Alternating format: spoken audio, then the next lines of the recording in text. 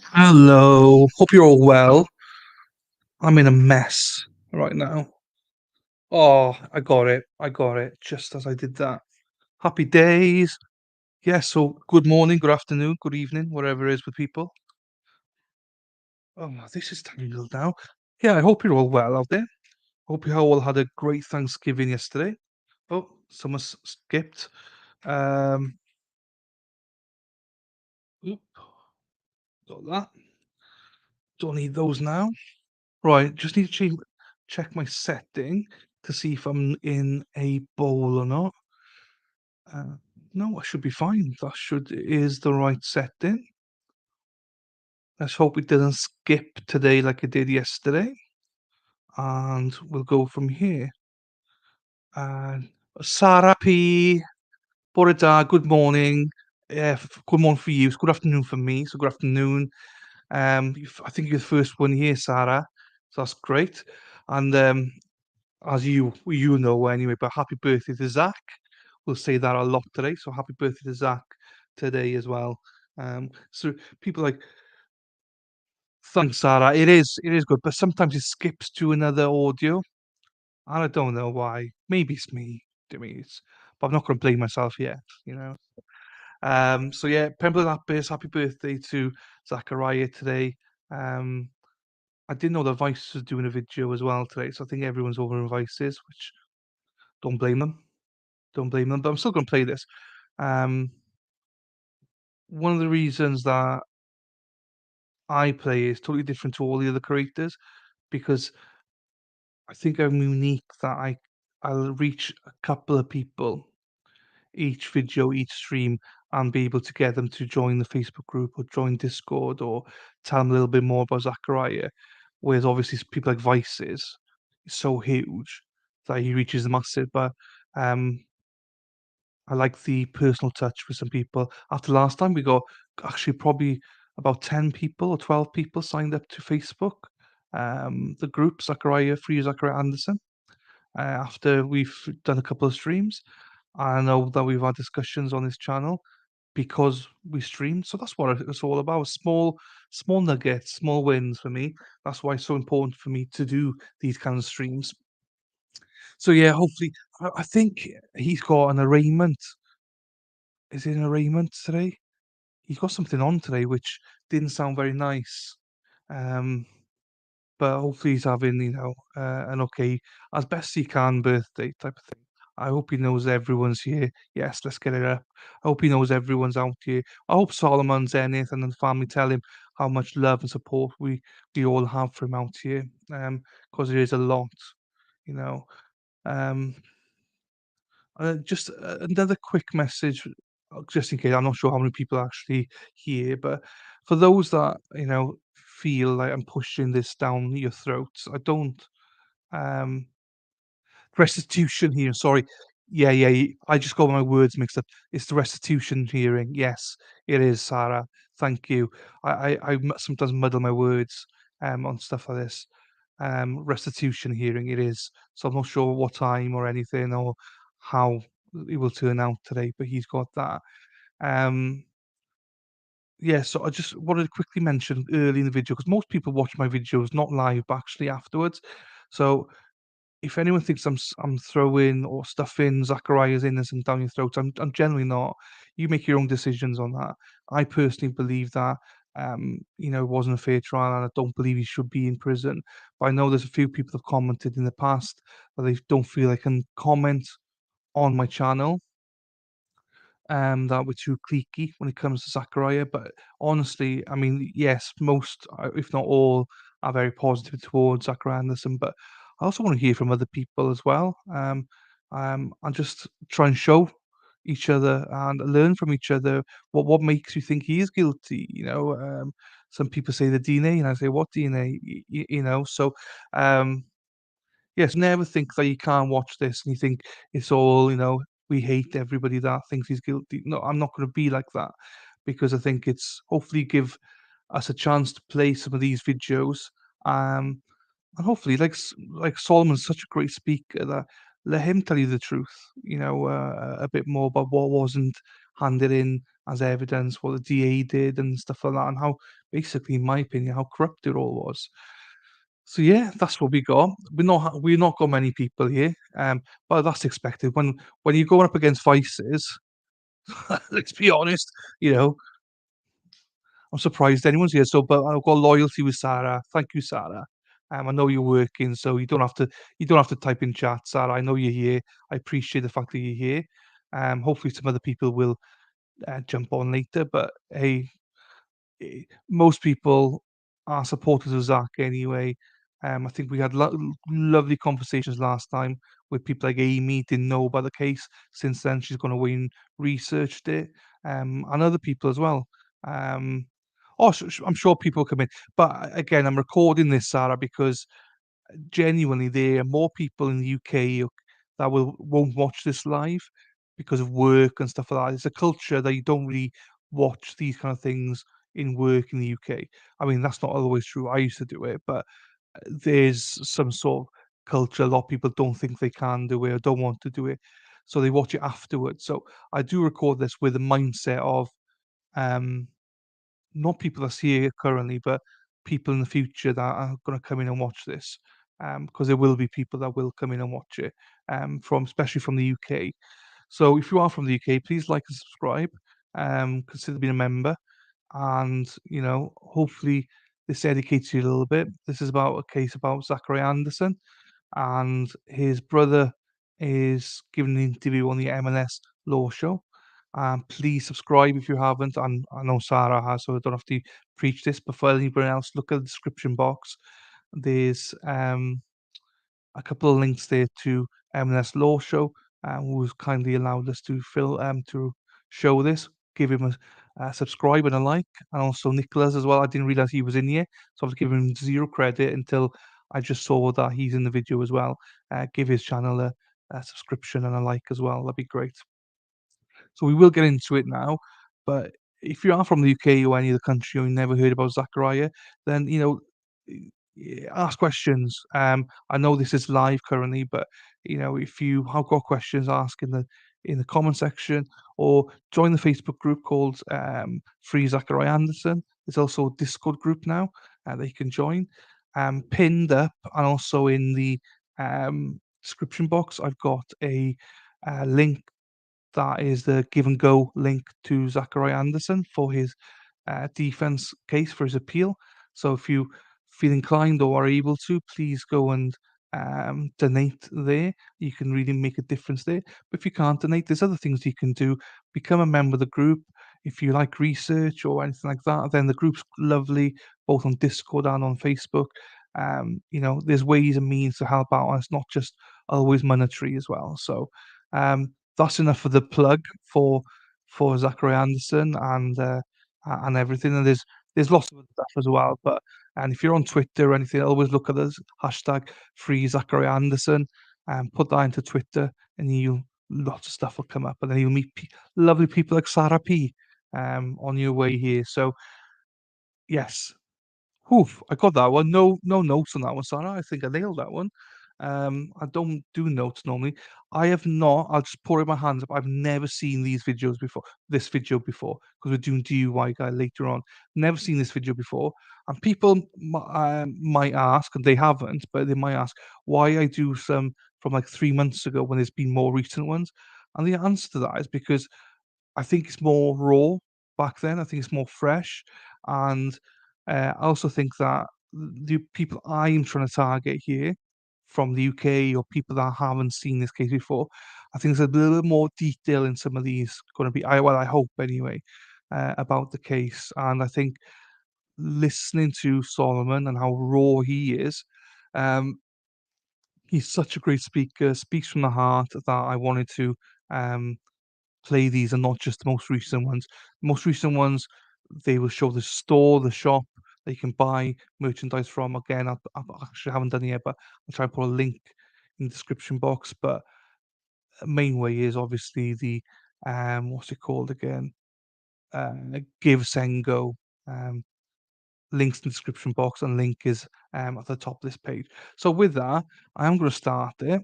It's exciting. I think it's just. I hope Sarah's still here. It's only me, and Sarah, I think. But as I say, this is for live content. This is not for um th- yeah. And we're doing this live, but it's for mostly people that won't be live watching. So here we go. Hope everyone's got their hats on.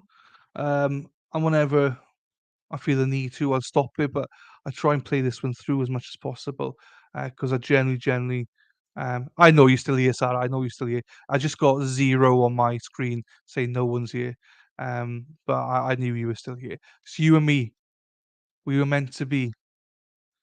Um, so although I'm speaking just to Sarah, we're ready to go.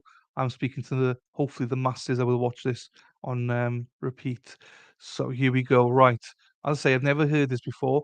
So just a brief introduction. Attorney David Hallam, he is MLS Law Show. So he's got his own channel. His link is in description box. So please go and support him. He covers trials and all sorts of things as well.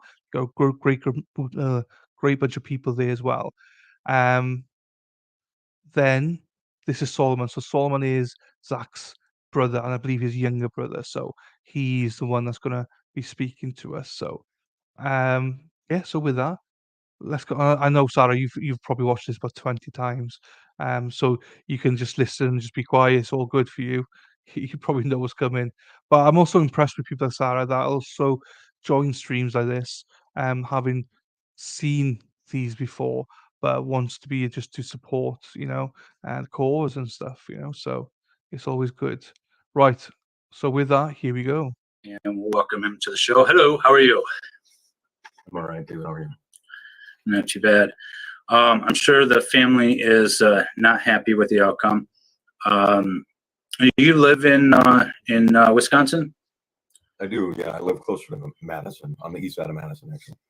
So I'll just say I think this is very, I say very raw because, um, y- you can see you just said it wasn't the result you wanted. So yeah, I imagine that means that it was very probably maybe days or even a week after the results, after the verdict. So Sarah says it's a great cause support. Absolutely, it is. That's why people like Sarah there. You get to meet a great community, um, and say it's a great supportive community. So, right. And I'll say yeah, it's fine. So here we go. Right. It's a little bit crackling on my end, but hopefully it's fine for everyone else. Okay. So thanks for coming on. I know we also you have a fundraiser going on to help support his appeal, I understand. Yeah, to help support his appeal and hire people that we need for introducing exculpatory evidence, because the police didn't really get evidence contrary to anything because they didn't investigate Zach, or they didn't investigate anybody else besides Zach, if that makes sense. So there's a link to the Gifts and Go fundraiser campaign in the description below. If you guys want to check it out, it's also all over the Michigan Law Show Facebook page, Twitter. I think I've shared it around a number of places. Now, many people have asked about your brother, and I came across the case not knowing anything about it. I saw Obsessed Ex-Boyfriend. I thought Love Triangle, interesting case.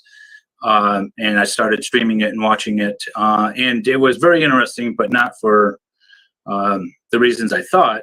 It was an extremely weak case. But all we know about Zach really is what we saw during the trial, what was said about him on the stand. So I'm wondering if you can tell me a little bit about who the real Zach Anderson is. So how do I summarize a human being? Zach was very easily out of my two older brothers, the one that would go out of his way to drop whatever was necessary to help me at any time, to make sure that if I was in trouble, that he could help me out. He always put family before himself. He was always trying to drive for a better outcome for us. We grew up pretty poor. My dad was a single father. I raised us, really fighting a one-man army kind of fight with three sons, at the time. And and with that, my two older brothers and I, had to grow up very close to each other. So, for example, like Zach was my brother. That took me out with his own car, taught me to drive. He made sure that I got my temps and then drove with me to work every single day. He got me my first job. He's the one that went out of his way to look out for me. When I was 18, 17 years old, he actually started a competition with me to try and save money. So he and I would stack money in the bank, and we were competing as to who could do it faster, because we had grown up without a lot. So for somebody that always put his children and his family members before anything else, seeing him presented as this, pathological monster that would just obsessively go after, Mr. Gutierrez and Sadie is a mischaracterization of him completely. He was protective of his children. He wanted to make sure that the person that was being brought into his children's lives was somebody that belonged there and that didn't have, a sketchy history. And, he had described to me some of the things that he was concerned about with Mr. Gutierrez or being around his children. And I don't know Mr. Gutierrez, I never met him, but he, Zach was more concerned about his children, and that's who he was. He had an unconventional parenting style. He liked to let his children learn through play and experience and firsthand experience. And we didn't see completely eye to eye on how to raise children, but he had his own logic and method to doing that. And he wasn't completely off base, and he didn't have. It's not like he didn't have logical reasoning behind the decisions that he made. So he, tell me about Sadie. Did she get along with the family? How was that? Did they live close to you when they were together? Yeah. So I lived about 10 minutes from Zach, and Sadie lived about 25 minutes from me. So relatively speaking, I lived closer than anyone else to Zach's home. She'd been in his life for, at that point, 13 years, just under 13 years. And we got to know Sadie very well. There was plenty of times where they might have had a disagreement over the years where, she would call us and we'd talk to him, calm him down when he was upset about something and get him to refocus on just walking away from the situation when she would rile him up, and she would kind of do it on purpose often. But it got to the point after a decade of trying to help them figure out communication effectively that, she would call and we'd say, you know what, you've been doing this long enough. You should figure out how to communicate with each other, and not have this blow up in your face. And that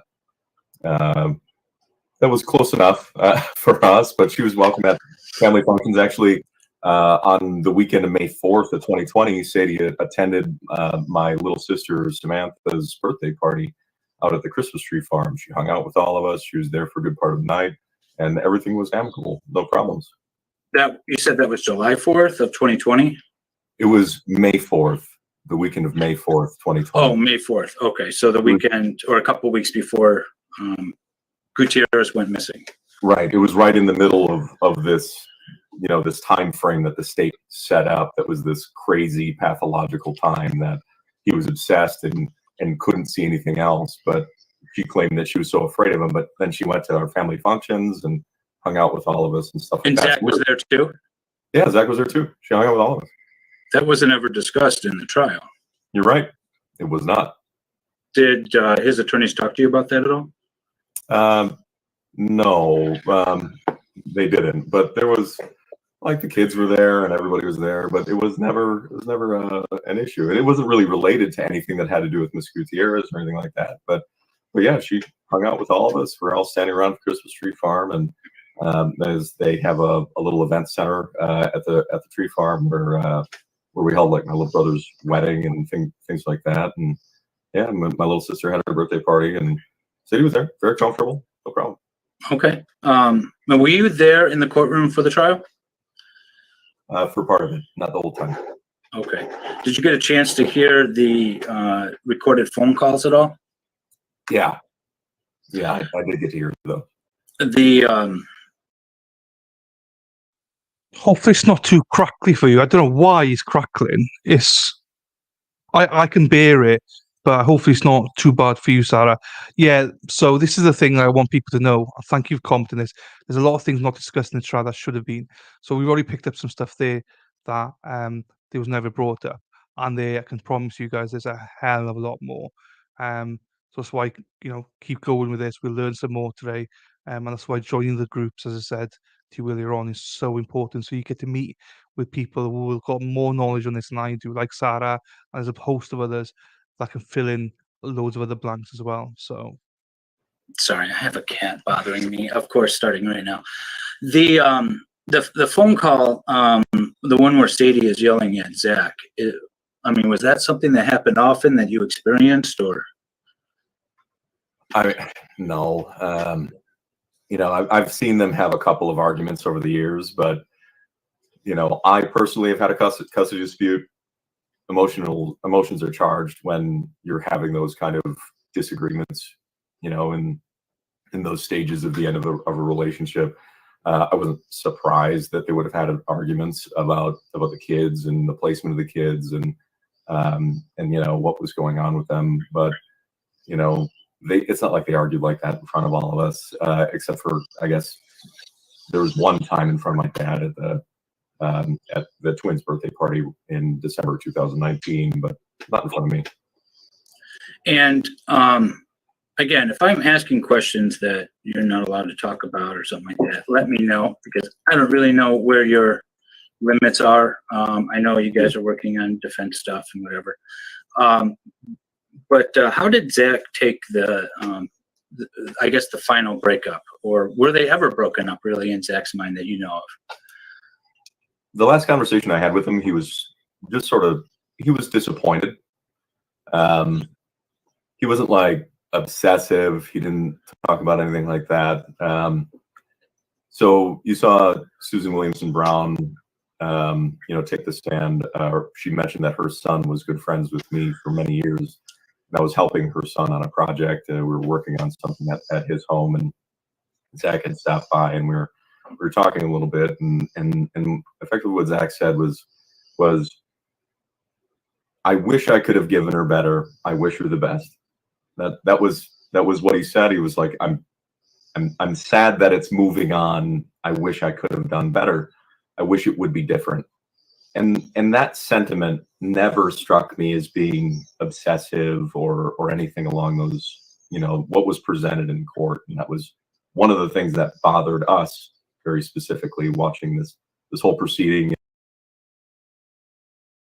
So from my point of view, I missed a little bit at the start of this trial, but I came in watching it and was discussing stuff today. I said at the end of it all, I said he is not guilty for murder because I didn't hear anything. But I did say, with my hands up, held high, that what they introduced in evidence or lack of it, maybe now listen to this, I probably could see him being found guilty for stalking. Um, but that was because of the presumption that if everything the DA and the state was saying were true, then, in fairness, he did come across as a bit of a stalker. But through Solomon and hearing other things that were not put into trial, it becomes very obvious that I don't actually think he was stalking it at all. So that really pissed me off at the time because I was like, why not put all the evidence in? It's frustrating because he was painted a pic. Zach was painted as a picture of this stalk, in my opinion, this guy who stalks a lot, and in some cases, people thought that he was a murderer because of it, because of various things like DNA that they allegedly found and stuff. So there's a lot of dodgy dealings now. Once you hear some of the stories, you're like, oh, I was taken for a mug here. I was taken for a ride. So as I say, my stance always was not guilty for murder, but guilty for stalking. But now that I know everything and what Solomon's speaking about here now, I would be not guilty for everything. But in the moment, I was even hoodwinked into believing he was a stalker. So, and I pride myself on you know, being objective and, utilising the evidence, but if all the evidence isn't put in, then how can he be objective? In my opinion, anyway. And even the charges to begin with. Now, how was Zach's relationship with his daughter? That was obviously discussed a lot during the trial. I don't know if you can talk about that. I can tell you that he loved her more than he loved himself. Okay. And then you gave me some pictures. This is him and his daughter away. Yeah, that was a camping trip with a mutual friend of I believe of Zach and Sadie's, but yeah, they like I said, he encouraged play and exploration. It's great. That's what a great pictures these are to see Zach with his daughter there. So Sarah was like, maybe I think it was more about collecting information preparation for the custody fight. I don't think he was actually stalking her, just my opinion. Sarah, once again, we totally agree. Totally agree. For me, in the moment though, not knowing anything about this trial, I even afterwards, I wasn't saying that he was definitely guilty of stalking, but I could see how they could interpret it he was stalking. But knowing what I know now, I would 100% vote not guilty for stalking. I don't believe he's done anything wrong for stalking or murder. But in the moment, give the benefit of the doubt, maybe he was, but no, he wasn't a stalker in my opinion at all. Um, just as I say, in the moment, um, I think I was concentrating so much on the murder and the lack of evidence that maybe I made a rush judgment about stalking. But that's why I'm looking forward to one day watching it all back again. Um, just to see where I was because I concentrated so much on the murder charges that I never saw anything for that maybe I glossed over the stalking stuff, being like, well, yeah, yeah, fine, whatever. If he's a stalker, he's a stalker, who cares? Whereas if he's a murderer, we need to find out, but he's not. So maybe that's what it was. I downplayed it a lot because he would have had time served probably. So I didn't really care about that element of it, even though Zach would have cared, obviously. So He was always a hands-on father. He learned basic sign language with her before she could speak, just like what Sadie had taught her. So she learned, milk and, dad and mom and stuff like that. And even I remember watching her sign for things before she could talk. Now, who had the sign language background? Was that Sadie or was that Zach? Sadie, yeah, Sadie. As far as I understand, Sadie had a bachelor's degree in deaf studies or something like that. But she would habitually, like people make fun of Italians for talking with their hands. You know what I mean? Sadie would sign in front of her subtly while she would talk, just in regular conversation. So that was part of one of the other things that tied into the courtroom, drama. But yeah, she specifically had taught Olivia at a very young age to learn signs. You said you don't know. good morning, Amy. Thanks for joining us. You've not missed much at all. You've only just missed how much we missed. Oh, bugger all, about probably 10 minutes, quarter of an hour. I'm glad you're here. I didn't want to message you because I didn't know what you were doing with your friend and stuff like that now. But for those, like, right now filming, there's not many here, Amy, which is fine. But for those that watch this afterwards, Amy was one of those people that when I recorded this for the first time with Solomon's interviews, she'd never heard of the case. And then she went off and we did research, joined the groups and stuff like that. So if people ask me why I do it for people like Amy that have never heard of this case and then can make her own judgment about what she feels about this case, whether it is guilty, not guilty, wherever, that's up to her. But I want to bring awareness to this case. Um, and so she's a prime example, and she's here right now watching, which I love the fact that you're here. Hi, Amy. So appreciate you for that. And yeah, as I said, if I can reach one person per stream that will go away and look at it, I'm happy, and hopefully that person is watching this on repeat and will go away and do some research on it. That's the aim of the goal. And typically people don't want anything to do with their stalkers. Yes, they don't continue to have dinner with them, and tell them they love them, say it was absolutely not for it. Oh, absolutely, absolutely. And in the moment, it's hard to see that maybe, but um, also I think it's not dissing myself or men in general, but because this is not a sweeping statement, but for me, I sometimes find it quite hard. Like even like with the Parkland trial, there was so many like 11 things that they had to jury to decide on. For me, it was just like, well, is he guilty, not guilty? I can only consider one thing. My thing was the murder, and that was it. And not the stalking. So, um, hey me, I've been sleeping off a lot of stress. Oh, and exhaustion, but I'm super glad I could tune into this. I see, yeah, we're doing another one this evening. 9 o'clock my time, 4 o'clock your time. Amy, I can shake hands with you. I absolutely understand where you're coming from. Relax. You've been busy, you've been helping other people, look after yourself. I know for a fact that no one else is gonna look after you except for yourself. So, put your feet up, enjoy as much as you can. I know there's a lot going on in the minute. I hope you're well. I hope your son's well as well. I hope, yeah, Dylan's well then. Hope your neighbour's doing okay, as well, and she's hopefully out of hospital. But look, you've got a lot of responsibility, so it's a lot of stress on you at the minute.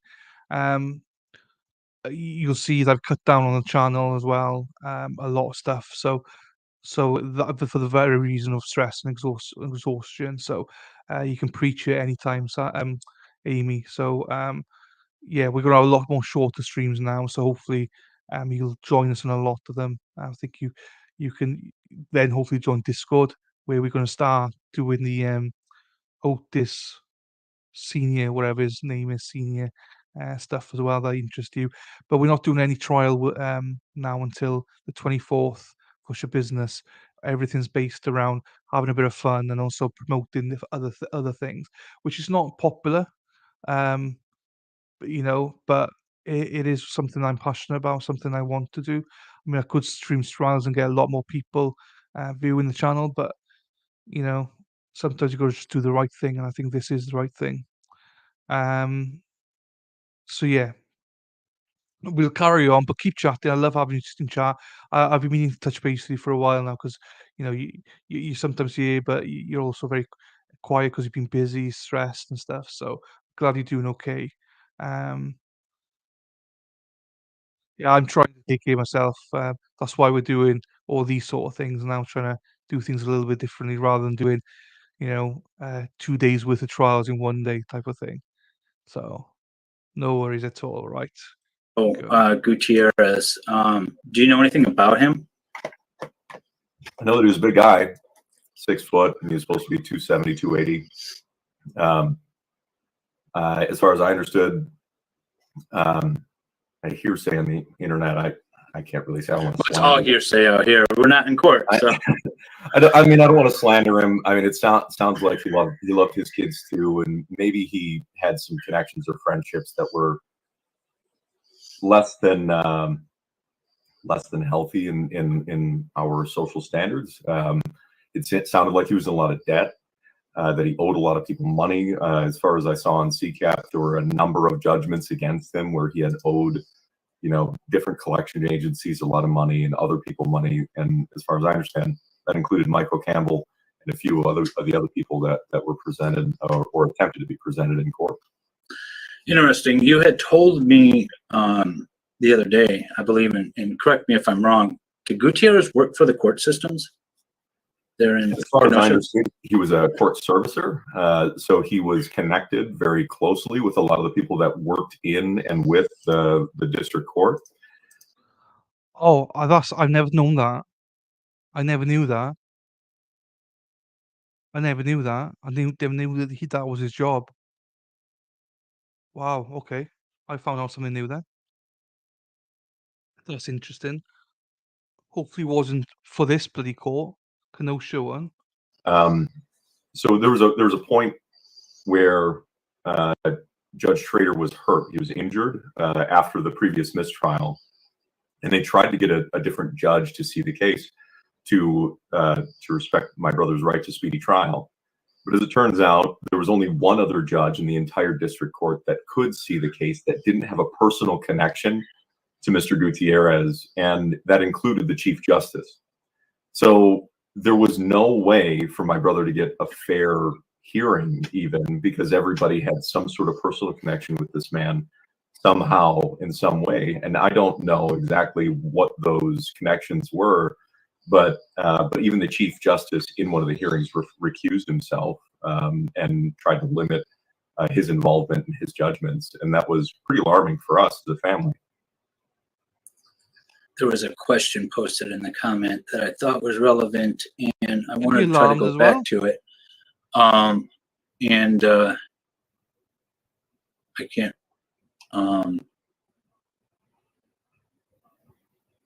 Oh, I see what it is. Sarah, absolutely. I never knew this. Maybe I did know, but I forgot. What the hell are we doing? If it happened, even though Schroeder and the other judge may not know. Oh no, he did know. Like, it's tainted. Oh, that's disgusting. It should just automatically be moved. Jesus, I didn't even know that. Wondering if you have any contact with your niece or nephews. I've seen them around Christmas, about once a year personally. Since the arrest. My dad has spent a little bit more time with them, to my understanding, but not a lot. Every time I see, especially away, every time I see her, I make sure I tell her that I love her. She's got to know. Yeah, no, it's good to keep that connection. Hopefully, it can be maintained with Zach's family. Yeah, I was just curious. I didn't know how that broke down. And again, if I'm asking questions that are way out of line, let me know. I don't want to be, stepping on toes here. Yeah. What? Now, this was Zach's second case, and again, I came to it cold. I knew nothing about the case when I first stumbled upon it, right at actually opening day, or the opening statements.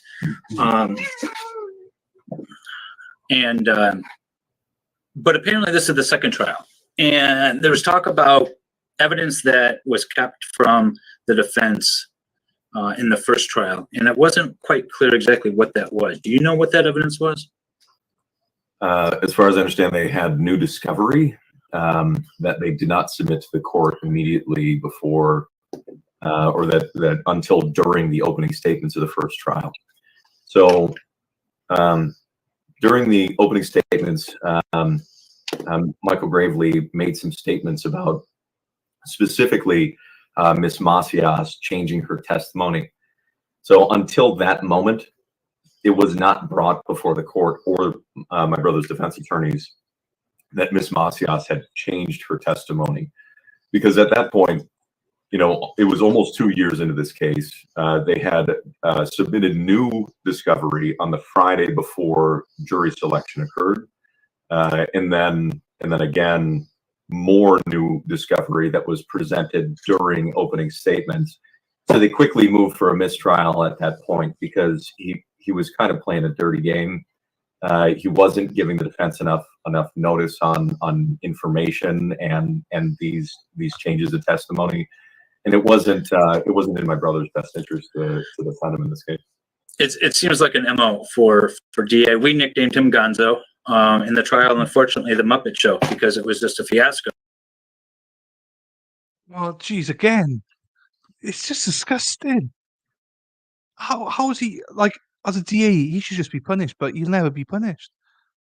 This just shows how corrupt stuff are. Oh, I hate this. This is making me more mad now. I don't sure if this is refreshing my mind or not, but it's just pissing me off.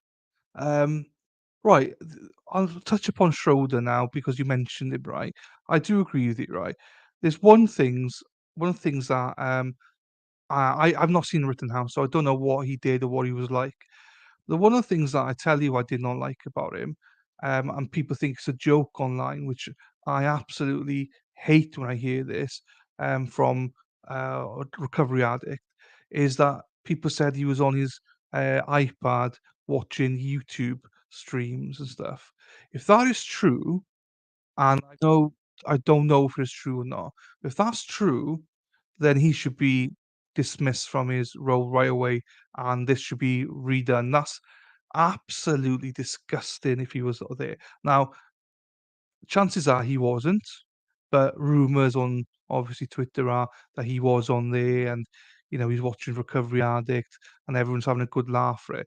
It's nothing to laugh about. If it's actually true, he should be, I'm not sure if the right word is disbarred or whatever it is, but he should be chucked off in shame. You shouldn't be on Twitter or YouTube during you should be present in the courtroom during that period. So I've got no evidence to say he was watching it, but from what Twitter's saying, he was watching, and they all think it's funny that he was watching it. No, I don't think I didn't even find it funny at the time. I thought it was disgusting if it was true, but there's no way of proving if it's true or not. But that brings a lot of red flags to me that if he was doing that, that he wasn't even concentrating on the trial. He was concentrating on what other people are saying. Um, you can miss a lot. The judge should be present, should be aware what's going on around in his surroundings, but he didn't seem to be very aware about what was going on. And if he was on YouTube watching other people, caring about what they thought, then shame on him. Shame on him. Um, it's and shame on people that think it's funny as well. I mean, I'm not, obviously they're uneducated if they think it's funny, but because I generally don't think it's funny at all. This is a man's life on the line, so um, he's not mentally fit. Yeah, that's apparent now. What's written on Strand? I was shocked at how different he was. Okay, that's interesting. So unethical. Yes, I totally agree. So, But people disagree. the whole process was, but it seemed to be a pattern of him, at least in this trial, where he would. I think there was another issue where the one of the experts' report wasn't fully delivered to the defense. Even the day of trial, when they had him on the stand, they didn't have the full report.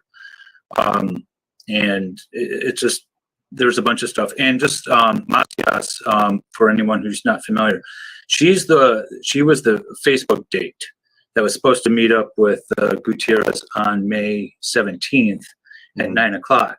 Interesting. She said, I'm on my way. I'll be there at 9. No other communication until 9:40, when she said, I'm here, which seems odd to me that you're running 40 minutes late. You don't inform anybody. And then either went to the right place or didn't go to the right place. And we're not sure what exact time she went there. My irresponsible speculation is that she showed up on time and the right place and saw something she didn't want to be associated with, so left. And then sent frantic text. Again, she's talking to a guy on Facebook. Again, my completely unsupported speculation. She's talking to a guy on Facebook. Sorry, I'm pausing. Hi, Jody. Just pausing very quickly. Just saying a quick hi. Hope you're feeling all right. Look, just so you know, both myself and Amy are going through exactly the same things. We're struggling just as much. You always got a place here. Pop in anytime you want. Anytime. As you see, there's not many of us here anyway, but we're always here to chill out whenever you want. All right. So thanks for popping in and saying hello. Really appreciate you for that. But yeah, we've all got your backs because I think most of us are going through similar to what you're going through right now as well. So chin up. We're always here for you. So yeah, let's crack on. That she's never met before. They're going out for her first. She's running for, and then supposedly goes to the wrong address, texts him at 9:40 saying, I'm here, and then, where are you? And then, I'm getting worried, and then I'm leaving, something along those lines. In the rapid succession of those text messages, also starting 40 minutes after she was supposed to have arrived, and then the I'm getting worried part, all of that seems very odd, given the context that this was essentially a Facebook first date. This is very weird. Do you know what her original statement was and how it contrasted with what she ended up testifying to? So I believe the original statement went something along the lines that she had shown up and had only seen like a larger black woman that was in the hallway, like coming down the stairs, and then went back into this building because there was, you know, like a window with a flight of stairs that she could see through. And that she had never seen anyone going in or out of the building. Presumably, that was Mr. Gutierrez. And as far as I understand, what had occurred is that when DA Gravely was prepping his witnesses, he had her meet him for whatever reason. Doing his office, he went to the building and had there spot. And I don't know, like I wasn't there to bear witness, but as far as I understand, she went to the wrong spot, according to DA Gravely. So she went to the wrong spot. The first time she realized she went to the wrong, or quote, realized she went to the wrong spot was when she met Gravely there. Is that right? Okay, interesting. Nicholas, thank you for joining us. How are you? Thank you for inviting me. I am doing great. And Solomon, hi, we have spoken in my chat. Good to see you. Wish it was under different circumstances. Yeah. Yeah, no, we were just talking about why there was a mistrial the first time around, and apparently it was Macias was her name, is how you pronounce it, the Facebook date that showed up late on the night of the supposed murder, and her changing in testimony or something along those lines is what caused the mistrial to begin with. Interesting. I didn't realize that the first time she said she went to the wrong spot was after meeting the DA there. I don't think I knew that. I know she testified to actually going to the wrong place. Whether or not that's true or not, I still have my doubts. I believe the way Gravely sold it to the court when this was brought up this time around was that he said that he wanted her to show him exactly where she was parked, so he could wrap his head around the circumstances of her statement. And then when she met the site, then she parked in a spot that could be in the building or seen anybody going in or out of the building either. Which and it was weird because that put him in a position to be a witness. He was actually excused from the court during her testimony, which is very odd. There was a situation where they actually asked that they had subpoenaed Gravely as a witness in the case, specifically because he had inserted himself as a witness. And there's some discussion about whether or not the fact that he refused to recuse himself of the case now that he's made himself a witness was unethical. And I would argue that it is personally, but who am I? Yeah, I mean, again, I'm a Michigan attorney. I'm not a Wisconsin attorney. We have court rules here. We have rules of ethics, and just reading through or just knowing the Michigan rules, if an attorney of record becomes a material witness, they have to be removed from the case so that they can be called as a material witness. You can't be both an attorney and a witness in the case. Interesting that they didn't call him. And there's a lot of interesting things that I didn't see happen. I watched a majority of the trial on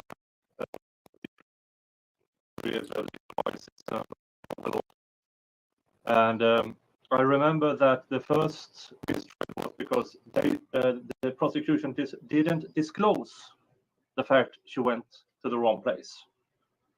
So that was the reason for the first mistrial.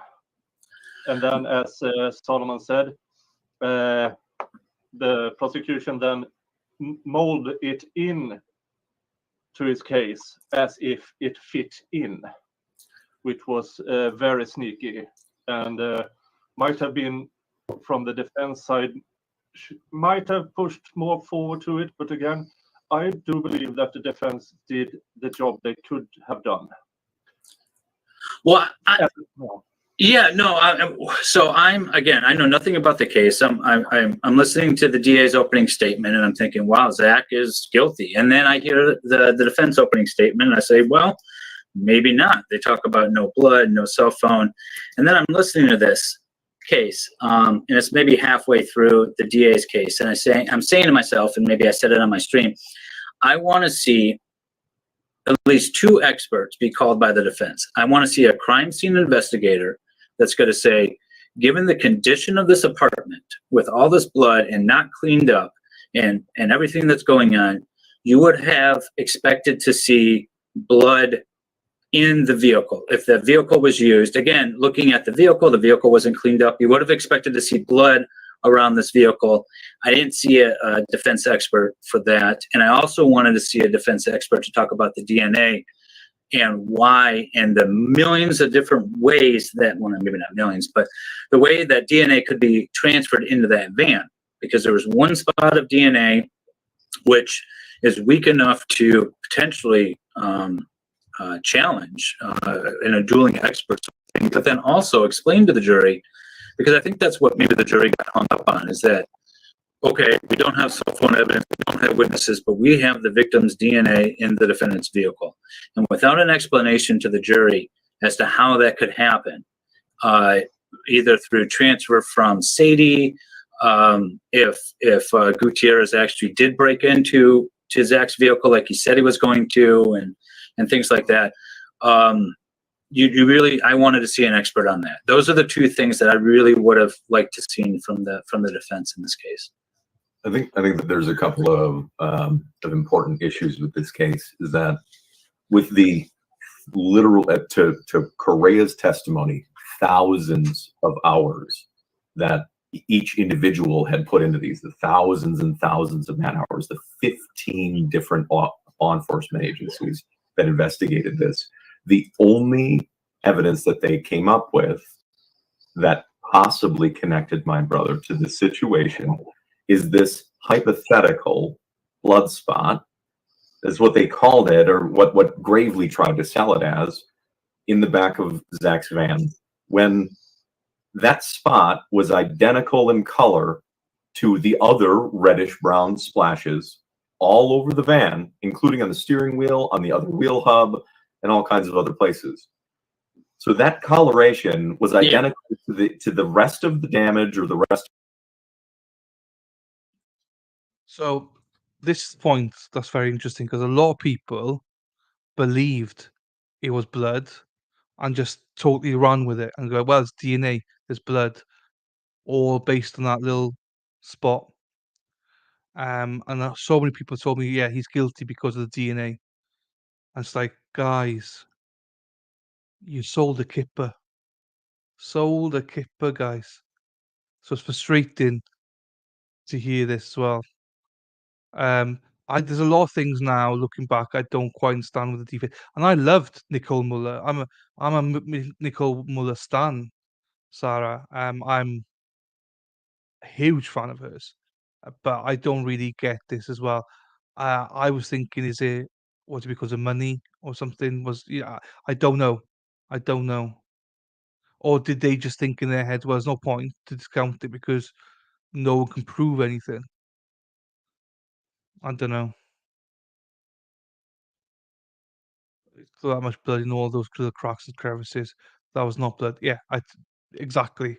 But so many people believe it was. Why? Because Gravely and his witnesses lied basically and said it was blood.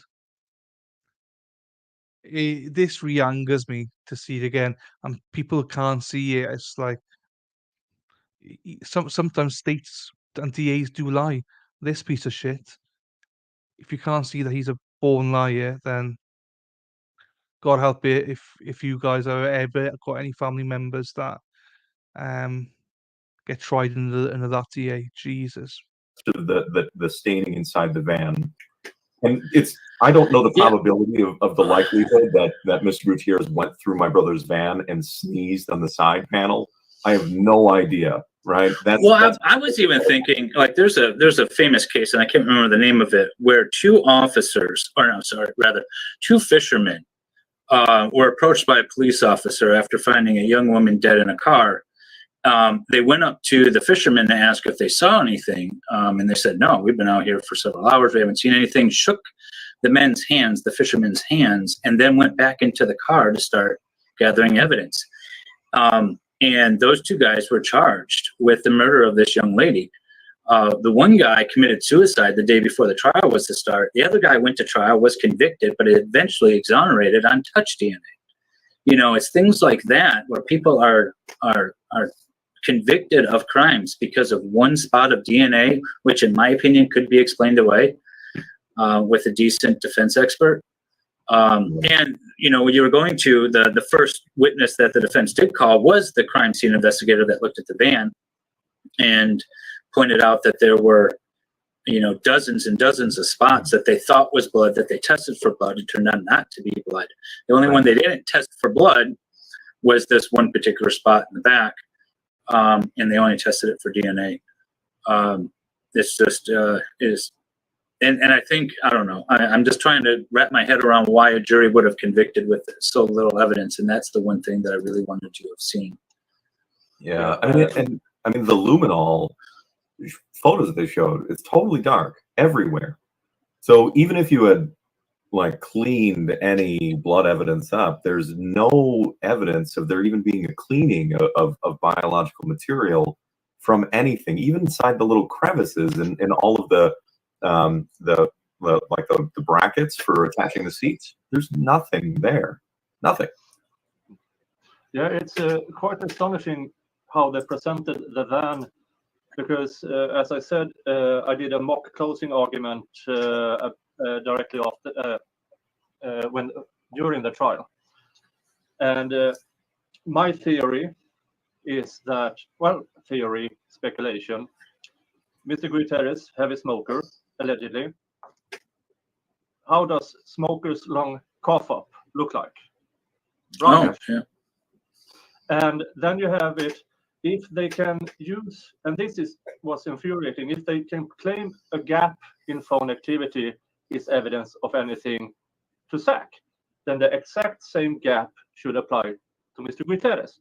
He had the opportunity, he had the address, everything possible to go over there, break in, and cough up a bit of lung on the side, on that particular side panel. Then also the DNA evidence. When prosecutors have strong DNA evidence, they will hammer it. They will say it's 1 in a gazillion chance it's someone else. It's 1 in a 500 billion. Here it was to a certain degree of scientific certainty of sorts. Yeah, it was that vague term. Extremely vague term. And that pissed me off. You're only half an hour in, so I can't say much for words here. But it was so infuriating just to see the evidence that was allowed in there, but was not allowed in equally on the other side. Well, it never is. Yeah, I know. Yeah, I know. I know it never. The DA will build their case around the evidence that they have. Why did the crime take place approximately 9:30ish or so on May 17, 2020? Because that's when Zach's phone wasn't in use. That's what they do. Yeah, I know there was some other testimony about people hearing things, but there are also people hearing things on the 18th. Mm-hmm. So they build their case around what they want. Why is it that he's going to Walmart at the onset of COVID to buy Clorox wipes? Because he wants to clean up a crime scene, although there's no evidence of cleaning up. By the way, very disingenuous of Gravely to say that he went to the store and bought bleach in his opening statement. He parked way in the back with the body in the car and bought bleach. He didn't park, I guess he parked towards the back, but not where anyone couldn't see it. And he bought Clorox wipes. You're not buying, anyways, it's just very disingenuous. And for the record, Clorox wipes, I believe at least one of the brands that he had purchased don't have bleach in them. right? He parked right next to another vehicle. Yeah. So there were people walking by in the video, walking by his car, driving by. He casually strolls through Walmart for like a half hour of a shopping trip, completely relaxed, buys what he needs, I think including sardines and Q-tips, and then casually walks back out to his car just with his hood up because it's raining. And it was so disingenuous that it was alarming to watch, because like the way they painted it, he was like, it would be like a nervous person going to Walmart to desperately buy the stuff that they had forgotten to clean up a crime. But if they presented that he was this meticulous planner, that he could go down there, commit this act, fit it all in, load the body up, and get out and back in that tight of a time frame, which is also physically not possible, then he would have planned for this. Because if he could commit this crime and not get a single splash of any of that biological evidence that was sprayed all over the crime scene, then how would he possibly have kept that off of the interior of his van? It doesn't add up. Mind you, no DNA or blood or anything of Gutierrez anywhere on anything associated with Zach except for one spot in the van. That's correct. Nothing. Not in the drains in his home. Like, even if he had like gone home to shower, right? Hypothetically, you have someone's blood on your hands, you wash it off. There's some of it that gets trapped in the little trap and underneath your sink. Well, they testified they pumped out the septic. That too. They got nothing. And this was what, 3 days later or 2 days later they arrested him, 2 or 3 days later, and so nobody's using that septic. Nobody. Yeah, it was literally nothing. There was nothing of evidentiary value at all. There was nothing that they found on any of the tools that they confiscated. Nothing that they found in the fire pit that had anything to do with Mr. Gutierrez. The chainsaw that they confiscated had no evidence on it. Nothing. There was nothing there. And furthermore, there was no evidence, not a single sample or specimen that was pulled from Mr. Gutierrez's home that tested positive for any of my brother's DNA. So there was nothing there at the crime scene, and there was one pinhead-sized splash in the back of his van that then was supposedly Mr. Gutierrez's DNA, when nothing else on his property had pointed to that being a problem. It doesn't add up. It doesn't make sense.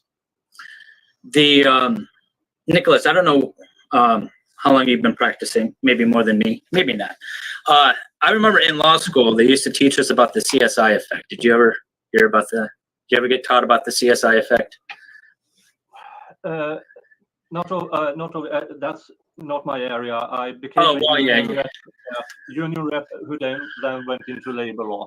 So criminal law is not much. I've heard of it, but I have not really thought about it. I think it's out. So the CSI effect, when I was in law school and we were taught criminal trial procedures, was that a jury is going to expect you to have videos, to have scientific evidence, DNA, things like that before they will convict. And I feel like we are in a shift now where we are in what I want to call the 48-hour effect. The TV show 48 Hours. I feel like juries are now sitting back and saying, all right, this guy's guilty. Tell me how he did it. I want to hear a good story. And I really think that's where we are right now. And it's kind of a shame. And I'm not sure how to correct that going forward. But that's what I've seen just with so many of these trials that I've been watching. It's just, okay, he's guilty. Tell me how he did it. I want to hear a good story. And I'm not sure what we can do to correct that at this point, other than really good jury voir dire, really good prepping the jury and questioning the jury in advance. But I really feel like that's might have what had affected this case. He's all right. He's guilty. He's an obsessed ex-boyfriend. He's obviously stalking her. Why wouldn't he murder Gutierrez? So I don't know. That's a sort of my overall impressions. I think they went into this, wanting to hear a story, and we're already convinced. Because if I'm sitting back here as a juror, I'm not buying it. Especially, okay, so for one example, the DA's argument about the money. Zach withdrew $50,000, the day before, May 16th or something like that, in anticipation of committing this murder and then to go on the run with. All right, so I'm a future murderer. I'm going to withdraw $50,000 cash so that I can go on the run with it. Now I'm going to go commit the murder, and I'm back home, and I feel like, all right, cool. Nobody suspects anything yet. Then all of a sudden, two guys that I don't know come up to my house and start asking about the guy I just murdered. Maybe it's time to skip town. And he does it, though. He does it. He just sits there. It goes about his daily business, calls 911, in fact. He didn't just sit there. He didn't just sit there, but so he calls 911, he calls the police over, but then the next day, he's just sitting there, when the police roll up. And, to me, huh? They showed up that night. Oh, they showed up that night? Yeah, he dialed 911 for help because these guys showed up and they were very threatening in body language and their approach to him, and he was worried that they would come back to the house. So he called 911, and they showed up and arrested him. Okay, that's how it went. But still, he had time to flee. He didn't have to call the police. Right. And the whole argument that he took that money out to flee with is nonsensical. Again, given the scope of, given the circumstances of this case, if he had the money to run and that was his plan to run, why didn't he run when all of a sudden two people show up asking questions about the guy you supposedly just murdered? And what they never talked about was that my brother and I he did a lot of the research and finding properties to buy on sheriff's sale in the Milwaukee area, and especially the northern suburbs. So he would go to the sheriff's sale, which is a property auction for homes that were foreclosed on, and then he would have to pony up a cash purchase of a property. So him having a sum of money to go purchase a property when the time was needed is not a foreign concept. That was something that had happened already twice. Do you know why that wasn't addressed by defense counsel? I mean, I don't know. I don't know if you could talk about these things, but I don't know how I can get into what counsel did. It's listening to Solomon. It's just like, it's great because he's outlining everything. Everything he says makes sense. You don't call 911 if you're guilty. The money he had wasn't to run off with, is to buy property, which he's done twice before. Everything about this is just like, I've taken a break from this, as in still promoting, but I haven't watched any of the Solomon's content because I wanted to refresh myself. And rewatching this, well, not rewatching, watching this for the first time, but rewatching Solomon speak just makes it bizarre how, first of all, he was even found guilty, arrested, sorry, and now how he's found guilty. Uh, there's so many holes in this case that it's like a Swiss cheese. It's like massive holes everywhere. How's he even intact? This smells so much of corruption. And I hate saying that because it's like people go, "Oh, yeah, you're just a lover of Zachariah." Yeah, because I'm a lover of justice, and there is no justice here. There are perfectly reasonable and rational explanation for everything Zach did. Has nothing to do with leading someone, and it goes back again to what we were saying about the supermarket or the store, however you guys say it in America. When Gravy came out on these open statements and said, he went, his body in the van, and he went and bought bleach in the store like that. We got video of it, him actually buying the bleach. That sounds like, oh, well, he's nailed it. Then we found out they're just wipes. And some of them don't even have bleach on them, Solomon just said. So it's like, oh, way to go, Gravely. You like, I would love to interview these, not me interview, but someone interview these jurors. What was it? What was it? What was the one thing? which like I imagine as well. There's some jurors probably kicking themselves a little bit, going. Hopefully they're watching this, going, "Oh shit, we were sold a dud here. We were lied to." Doesn't make it right, but unbelievable that we're even here. The more I hear about this case, the more I get angry again with it. Got to step it up a little bit because they are talking a little bit of stuff here we don't. Huh? I got 3 of my nieces here. A little one wants to go to the toilet, but that's fine. Right. And what the rationale is. But, you know, like realistically, I'm positive that if they went through his search history on his computer and they actually presented the whole search history, that there would have been a bunch of properties, you know, that he had invested a bunch of time looking into on that sheriff's sale website. Yeah, there are a few pre-trial motions that so far isn't disclosed because I've been trying to find them. Yeah. And so there might be issues in the pre-trial motions on what is allowed in and what is not, what is deemed inadmissible, irrelevant. And maybe the prosecution did an excellent case pre-trial of excluding these kind of things. But then again, even though I believe that the defense did as best as it could, as an outsider, you can always nitpick or find big gaps because we are not in it. We haven't been in it in 3 years as these lawyers have been. And when you work a case for years, and I have a handful of those, sometimes you get tunnel vision. You focus. This has been our strategy all along, and you keep to it. I can't attest to if that was what. Sorry, am I finished? I can't attest to if this is what happened in this case because I simply don't know. Well, yeah, and that, you know, one of the things I was saying about the experts, Solomon, I think you were saying the other day that there was a motion to exclude defense experts, right? Yeah. I mean, there was. Hello, Kimmy. Don't worry. I'm sure you've seen this one before, so it's all good. We got another one at 4 o'clock Eastern, from DUI as well. So don't worry, it's all good, Kim. Did you watch the Vices one? Vices. I'm not sure if Vices will go in. He's got one as well. So, I mean, most people are there, obviously. But we got Sarah here. We got Amy. I think Jody might still be around. I'm not sure. And yeah, and yourself now. I think. Not sure if anyone else is still here.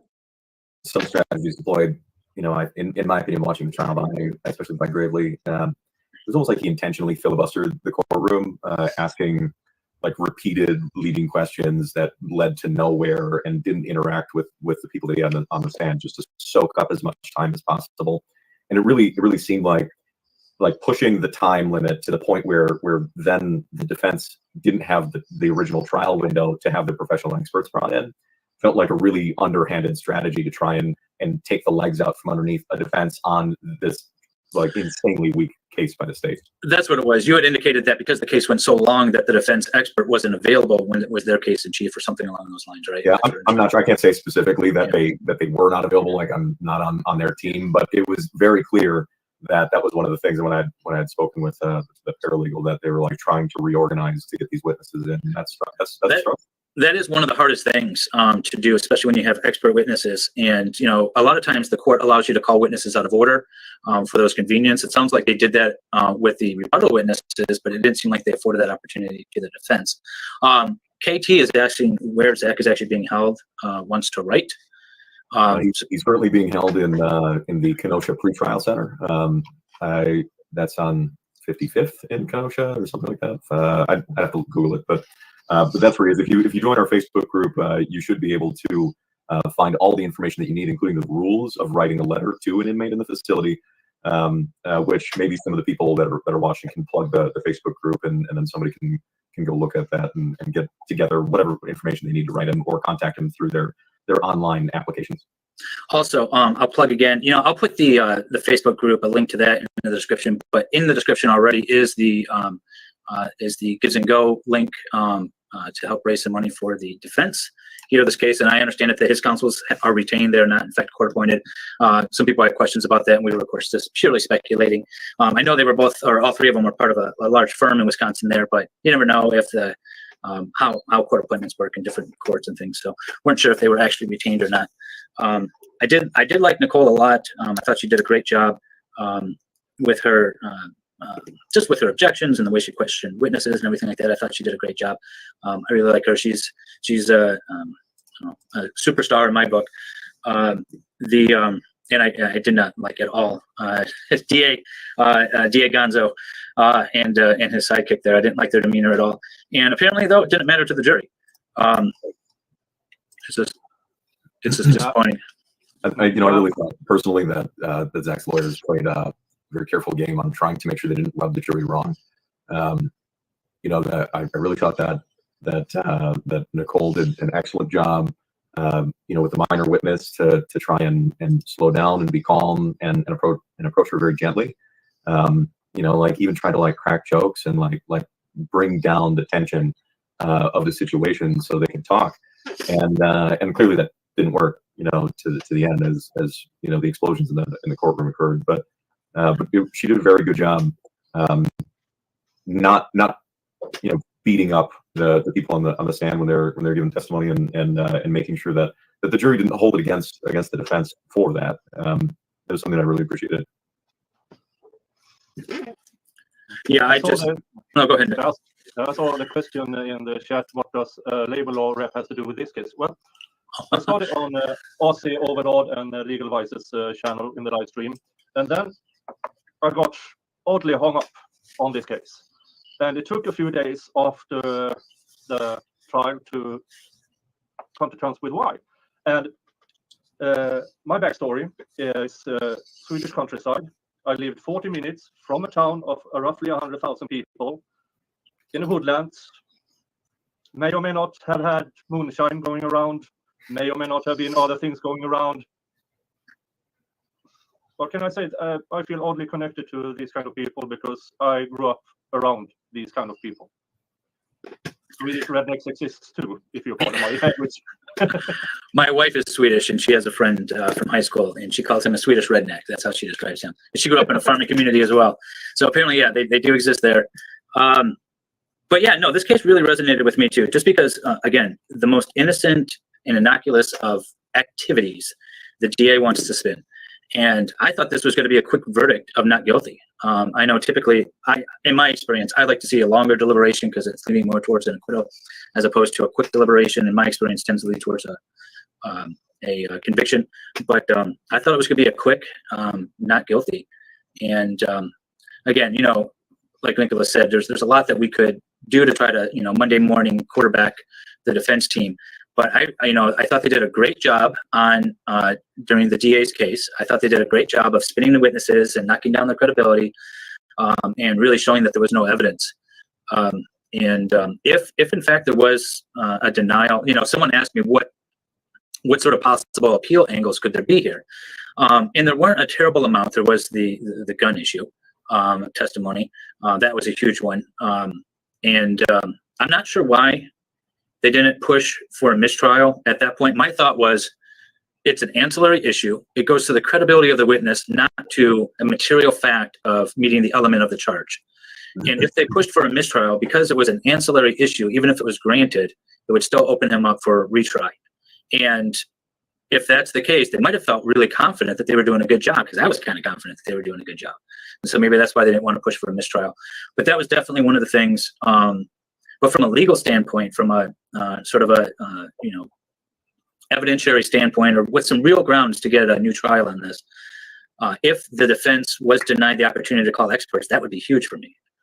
If I'm sitting in the Court of Appeals, if they were, not allowed to do that. Also, the evidentiary ruling on the Denny motion, which I didn't know anything about Denny because we don't have that in Michigan. We don't have a Denny rule in Michigan. But it's interesting. So Denny actually opens it and makes it more broad. Apparently, before Denny, there was a case in Wisconsin that said that essentially you had to show substantial evidence tending to implicate the third party, almost to a level of beyond a reasonable doubt. And Denny came out in '84, and it actually says that as long as the defendant can show motive and opportunity and a legitimate tendency to connect the time, place, and location of the crime to this third party, then they can admit it. So that seems like a really low threshold. If you can show any sort of tendency directly connecting the third person to the crime, that's not remote in time, place, or circumstance. And the fact that we have a text from Gutierrez saying he's going to meet Mike Campbell that night, we have potential motive and opportunity to do it. I mean, he's driving to Indiana to a dump, or Illinois to a dump. We have a lot here, and it's a very low threshold under the Denny test, at least from what I'm reading.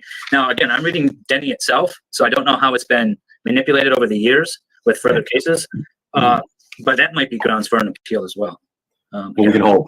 I can't really get into anything that has to do with Michael Campbell and what happened there and what never showed up in the courtroom, but that is definitely open for debate. Some of the things with the Denny motion that did upset me were the fact that Schrader granted at least the Denny exclusion or stopped all court proceedings to discuss the Denny objection in opening statements. So the defense's opening statements was shut down, which is not evidentiary in nature at all. So the fact that he made a Denny objection during a situation that didn't have evidentiary foundation was confusing, because you can make whatever claims you want in the opening statements. You don't have to have evidence to back it up, technically.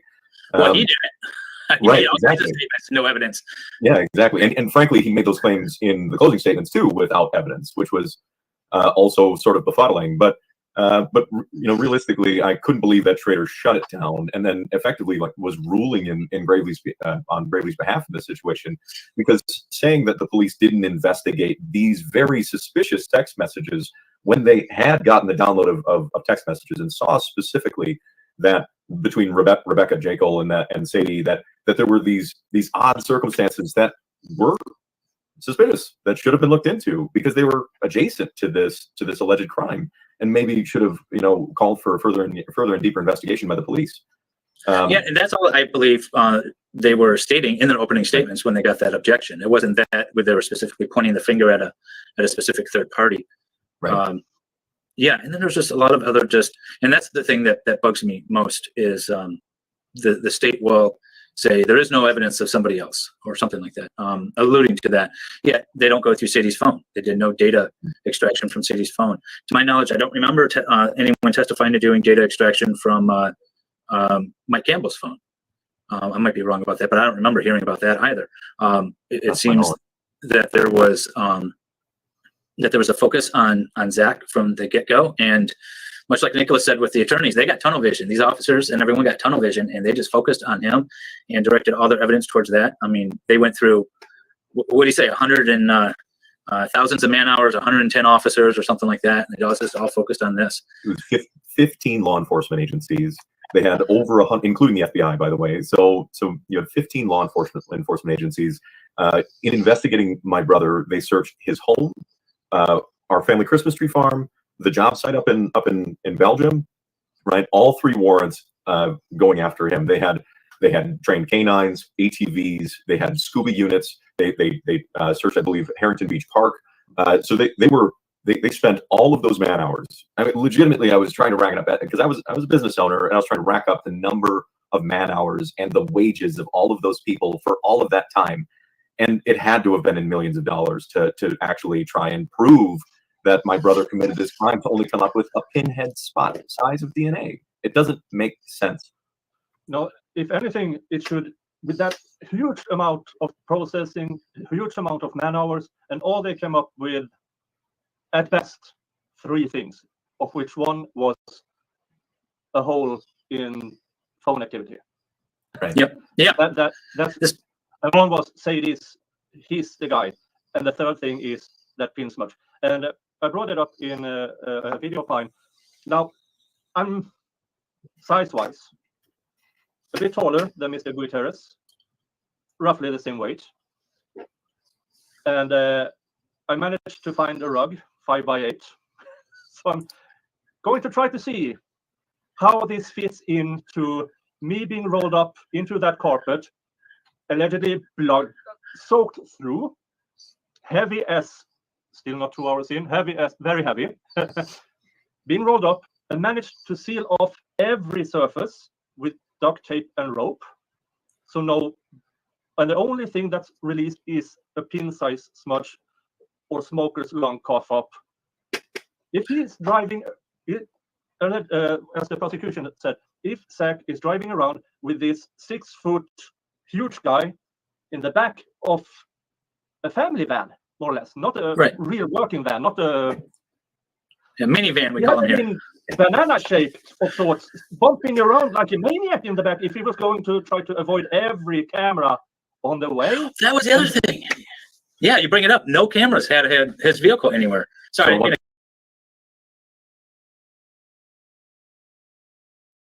Okay. So I think that's a good place to just stop for a second. I'm making notes as I go along.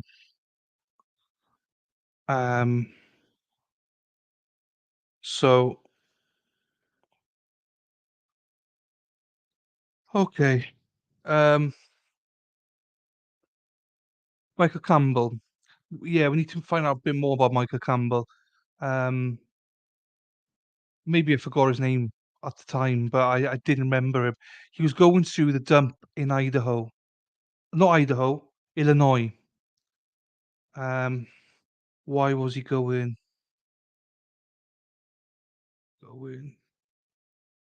to the dump? Sorry, I'm can't do two things more than one. To the dump in Illinois. I have questions.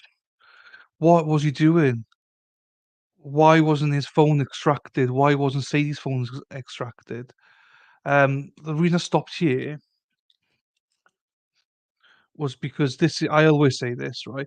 I'm slightly over, well, I'm around 280 pounds. So I'm pretty much bang on 6 foot and I'm about 280 foot. So basically I am essentially the same size as the victim. You know, he might not have these guns, but you know, he's a heavy set lad, and so am I. There is no chance that Zach, who weighs less than that, it's the point Nicholas was saying. I've always said it. There's 0.0% chance that Zach is able to wrap this guy in a carpet, lift him up, put him on his shoulder, and get him out. Even to drag it'd be impossible. Zach's got a bad back. He weighs a lot less than the victim, and there's no way, in my opinion. And I'm the same size. My father's probably similar to Zach's size, and there's no way that he could ever do this. Did that look? No, he can't.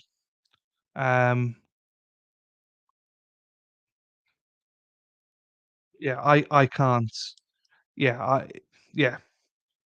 It's not just the weight in the sense of 280 pounds, the carpet weight. It's over 300 pounds, right?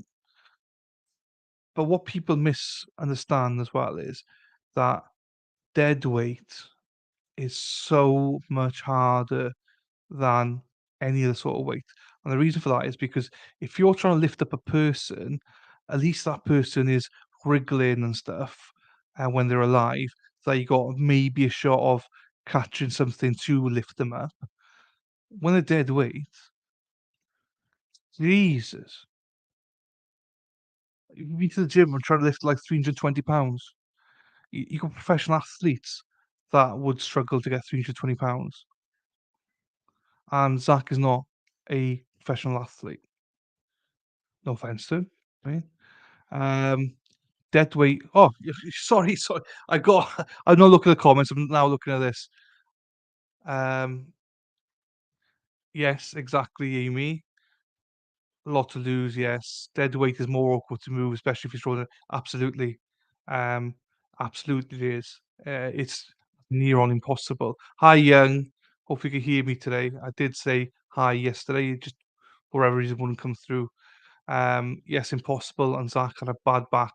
No drag marks. No, it's what I mean. If there's no drag marks, he couldn't have dragged, even though even dragging would have been near on impossible. But you know, pushing it or something may have, pushing it would have been easier than, or dragging it would have been easier than lifting it.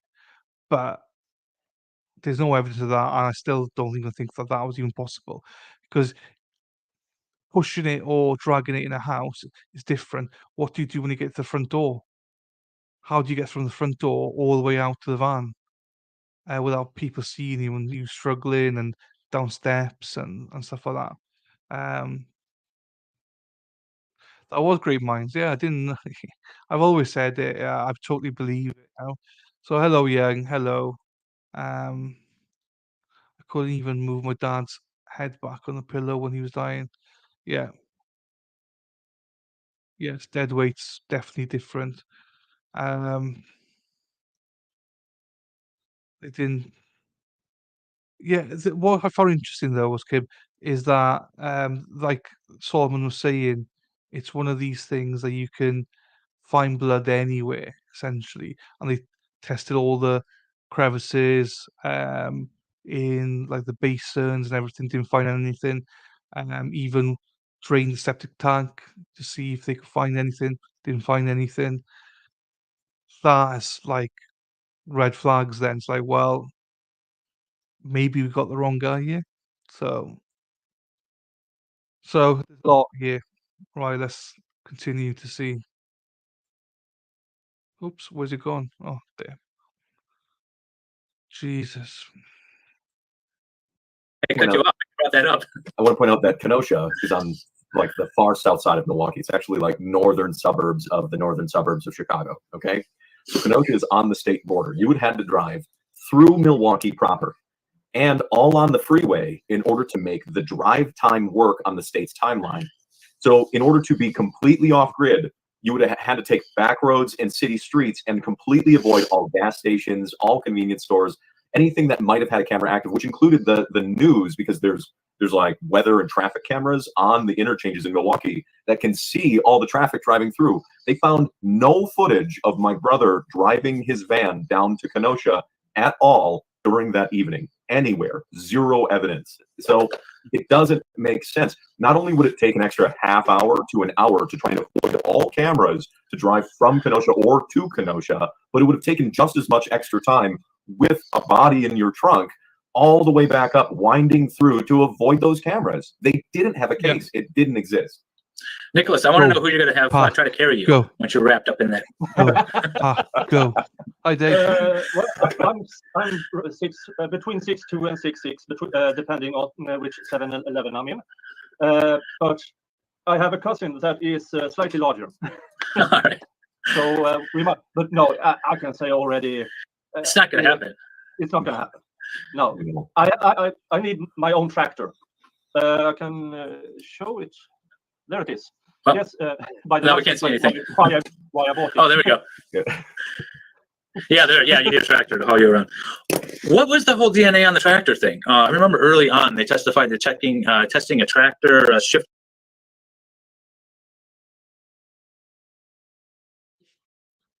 Just to clarify, Kim, wish they would have gotten a different attorney for the appeal or another attorney.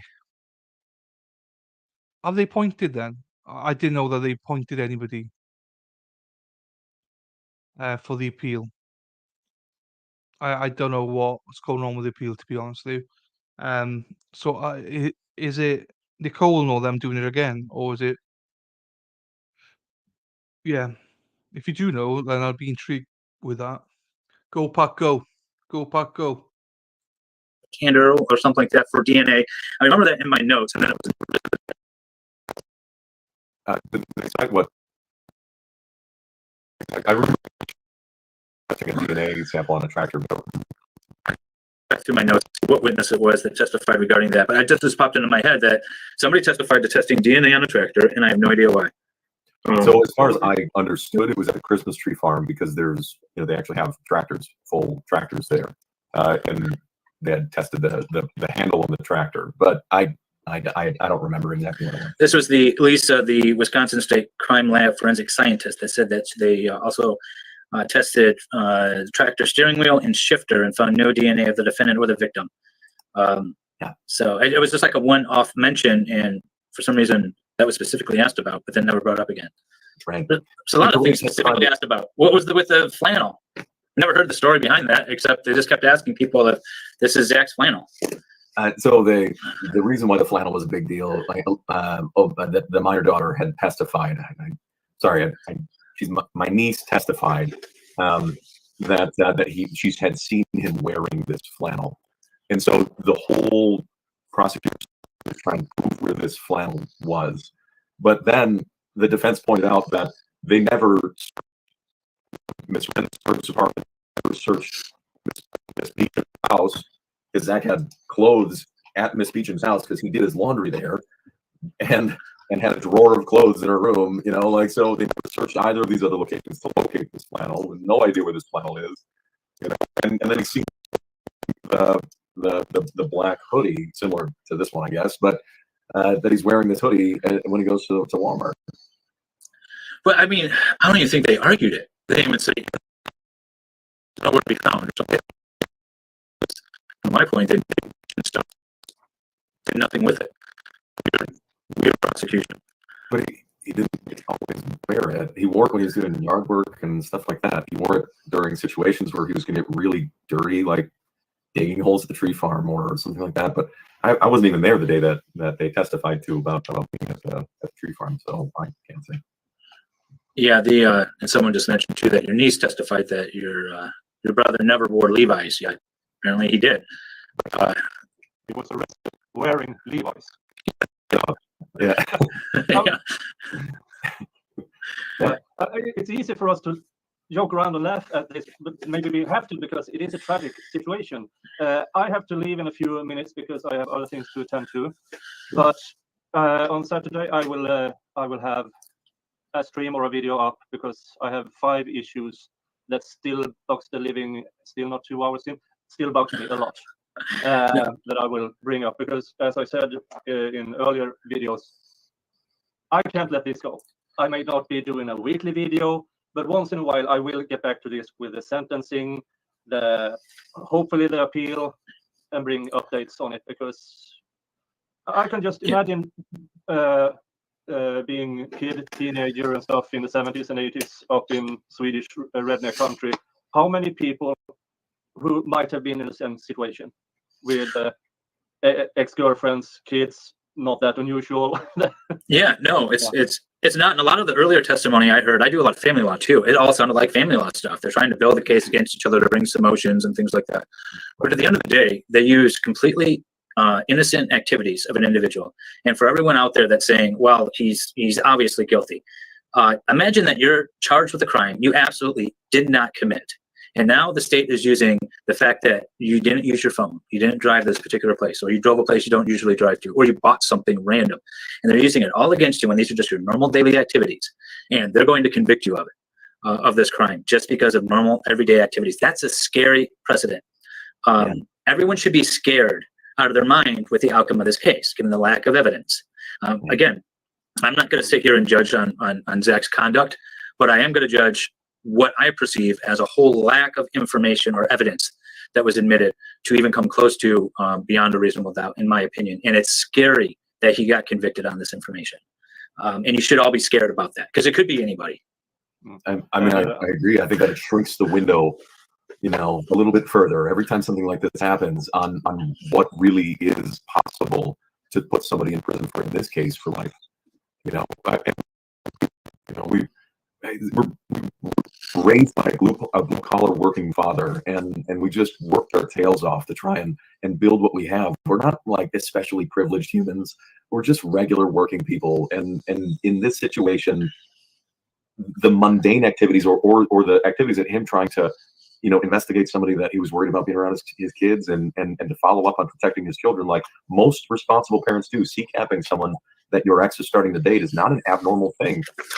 Now we're in a situation where he's potentially spending the rest of his life in prison. Yeah. Nick, before you go, did you want to plug your channel? I know you're streaming a trial right now. Did they come back with a verdict yet? Yes, they came back with a verdict. The unsurprising was it took 2 hours with 1 hour 15-minute lunch, and they came back with guilty. Well, there was no defense, I guess, alleged, right? I didn't watch any of it, but no. The defense opening statements was 32 seconds. It's ridiculous. In that situation, I mean, do you expect that there will be appeal based on ineffective counsel? I mean, Probably, but he did have one objection and some questions that might rise it to the bare minimum. But Well, I would I've had- assume they would appeal on it. The ineffective assistance of counsel is a horrible way to try to get a new trial. Yeah. In my experience, the likelihood of it going through because Yeah, I hate to say it because it's not my place to say it, but 100% on what this is built on. Amy, I'm so glad. I've not sworn today, and I think ads are working. So I just pressed it to see because it came up. So I just pressed it to see. So I'm glad you got an ad.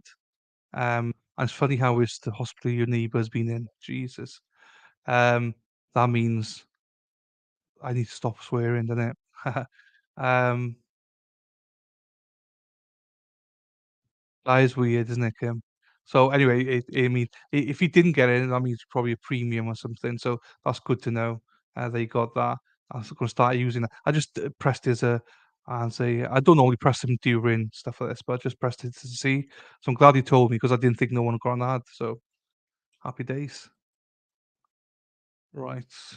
I won't do it again, don't worry, not till the end. So not only do you have to prove that your attorney was ineffective, you have to prove that it changed the outcome of the case. And so, I mean, I've heard it be told, I haven't seen this in the case, but essentially your defense attorney can ask no questions, make no opening statements, make no closing arguments, and still it's not ineffective. oh, I'll just explain it quickly, Joey. I never get ads because I swear too much. So it just popped up in my background, said, "Oh, ads." And it's not normally there. So I was like, "Oh, I'll press this to see." So I'm glad you got an ad. I never press it during. I normally pause it and then do it or something. So I don't normally do it during running trials. So no fear. I haven't changed my philosophy, but I have changed my philosophy of swearing. Um, do you get any credit for premium members since we do? Yes, I do. That does, yes. I do get I do get paid for that. Like literally, I think I get something like if you don't skip it, I get something say 5 cents or 4 cents or something. But like for someone that doesn't get any money, that that every penny helps. So I don't know how much I will get for it, but like here now we've got not got many here, but no, for premium members, 100% I get. I actually get more from premium members than I do from those that get the ads, so I do get them. Um, just those for no, absolutely. I'm glad you told me. I didn't think it worked. It never works. It never works. As you can attest to, it never works. Um, but doesn't mean you get money. If people don't skip it, yes. Skip it, then I know I don't get you don't get anything. But if any ad that you don't skip, yes, I get it. That's why I don't normally press the so it's up to me when I press it. It's up to the content creator when they press it or not. Um, so normally, I don't, you know, press it, because I normally swear and so I'm not allowed to until breaks and stuff, and that's when I press it, but they don't normally come through.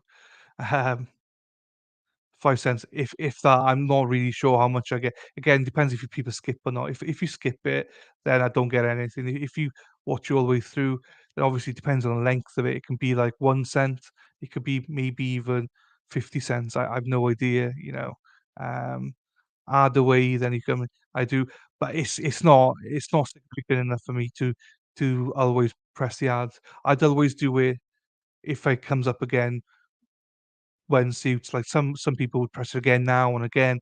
That's not me. I want you to enjoy your viewing experience.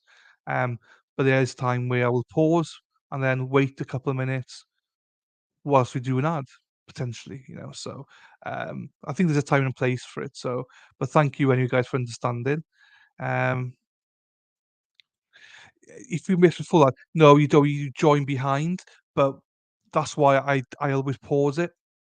If that makes sense. This is why I always try and tell people when I do an ad, um, grab a quick cup of something straight away or go to the toilet whilst the ad's running, because I won't play it for like 2-3 minutes till people come back. So no, I don't normally let the stream play on. I did there, but that's one off. Normally I stop it and ask people, oh, just play through. So I try and do once every 45 minutes or an hour because of that. So you guys don't miss on anything then. So, but anyway, I might do one more ad before we close, and then that's it then. But I'll tell you in advance, and it'll be after this is finished anyway. So Effective assistance of counsel, because if they had done that, it wouldn't have changed the outcome. So you have to prove that something they would have done would have changed the outcome, even if they were ineffective. It's just a bad case. And in this trial, there were huge amounts of evidence. So as always, you can always nitpick. Why did they say that? Why didn't we see that? But in the end, I don't think they could have won that case either way. But it was appalling because, in my opinion, they didn't even protect his constitutional rights. In my opinion. But yeah, my channel, Niklas Doro, Union Rep, Labor Law. Cool. Come watch me. Yes. I promise I'm fun most of the time. I don't curse all the time. I think I've seen you on Legal Vices, right? You're on Legal Vices a lot, and then I just subscribed to your channel because I didn't know you had your own. So now so now I'll be watching as well. Yeah, no, that's it's just, and then they're on TV. They know they're on TV with your case, with that he was a police officer, right?